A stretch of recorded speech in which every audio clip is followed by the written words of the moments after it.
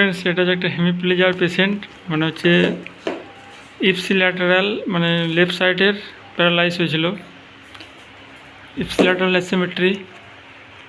এই হাতটাকে তুলো, এই হাতটাকে দিয়ালা ঠেকাও এটাকে। হ্যাঁ হ্যাঁ, ওই ডান হাতে সাহায্য ছড়ায়, তুলো আস্তে আস্তে। কোনো হ্যাঁ, আরেকবার তুলে দেখাও। ভিডিও হচ্ছে, ভিডিও জোর করে দেখাও, যাতে মানুষজন দেখে বলে যে না পেশেন্ট ফিট আছে। কোনো সেন্স থাকে না, পেশেন্টের কোনো সেন্সই থাকে না। এখন দেখুন খুব ভালো রিকভারি হয়েছে। হাতটাকে পিছনে নিয়ে যাও, পুরো সামনে পিছনে নিয়ে যাও, পিছনে এরকম করে, পিছনে পিছনে পিছনের দিকে নিয়ে যাও, আস্তে আস্তে নিয়ে যাও, সোজা করে নিয়ে যাও, লিজে দিয়া পিছনের মেঝেতে ঠেকাও। হ্যাঁ, আবার তুলো।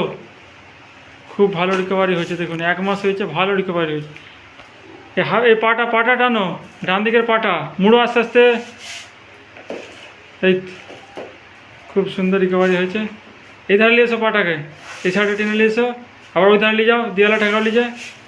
খুব ভালো রিকভারি হয়েছে, দারুণ দারুণ হেভি হয়েছে। কবে উঠে বসতে পারবে? উঠে বসছো?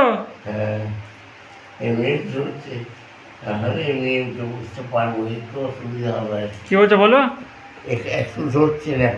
আচ্ছা, এমনি উঠতে পারছো? আগে পাচ্ছিলে বসতে? আগে কিছু হাতটা আগে তুলতে পারছিলে? না কিচ্ছু হচ্ছে না, এখন অনেক ভালো রেজাল্ট হচ্ছে। তাহলে কবে দাঁড়াতে পারবে মনে হচ্ছে? হ্যাঁ, এবার দাঁড়িয়ে পড়বো।